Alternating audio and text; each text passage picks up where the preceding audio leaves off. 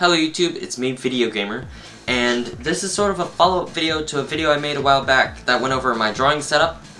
Something's changed. I recently bought an $800 camera, which sounds pretty crazy, but it was basically all my summer's earnings. Basically, this camera has awesome quality, and it's even got a few features that are going to make my drawing setup a lot easier. I just want to show you guys the camera first.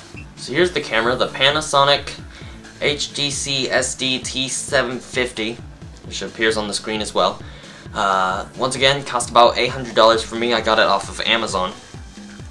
They were going out of stock, and I thought it'd be a really great buy because I've been looking at it for a while, and I'm not disappointed with my purchase. It's got a really nice touchscreen interface. There are several ways to connect it to the computer and the TV, but the most interesting thing about it is the headphone and mic jacks that I've got right here. This allows me to plug in an external microphone and headphones into the camera so I can actually record audio from a different source. The audio of the camera's mic is okay, but I still prefer to use my Zoom H2 back here. But the best thing about that is that I will no longer have to do the syncing up in editing. Instead, I can plug in the Zoom H2 into the camera through the mic jack, and then I won't have to do any syncing up. The audio will already be synced up with the camera footage. Right, so because my battery is charging currently, I'm going to be plugging in the camera with its DC adapter. Now that's plugged in, that's on. Alright, and down here I've got my Zoom H2. The Zoom H2 has a headphones out jack, which is just basically an output. What I'm going to do with that output is I'm going to take it and I'm going to connect it to the mic input jack on this camera. So that means it's going to be hearing the sound from the H2.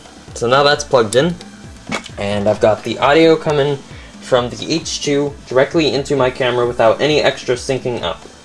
Granted, not every camera is going to have a mic input jack. You don't necessarily need an external mic. If you can't get an external mic, just use the camera audio.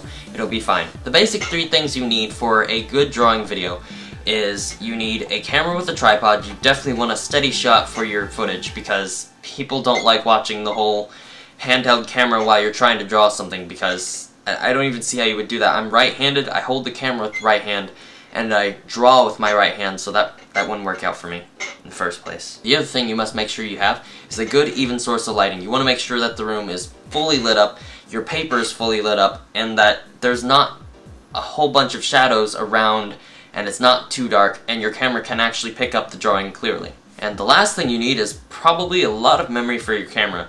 Each one of my drawings takes up to about an hour to 2 hours.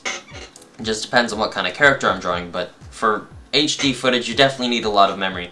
So if you can, invest in a lot of memory, because not only will you use it just for drawing, but you'll be able to store a lot more stuff on your camera. And that's all I've got to say for this video, guys. You should definitely check out the last video I made going over my drawing setup. It shows a lot more of the setup. It shows how the tripod thing I use up there actually works, and it shows you what kind of light I use and all sorts of other stuff. So check that video out if you want to learn more about my drawing setup. Just wanted to show you guys this new camera. The quality of the How to Draw Basics and the How to Draw Video Game Characters tutorial series is going to go up by a lot because this camera has amazing clarity in the image. So look forward to that. Thank you guys for all the support, and that's all I've got to say. So, goodbye.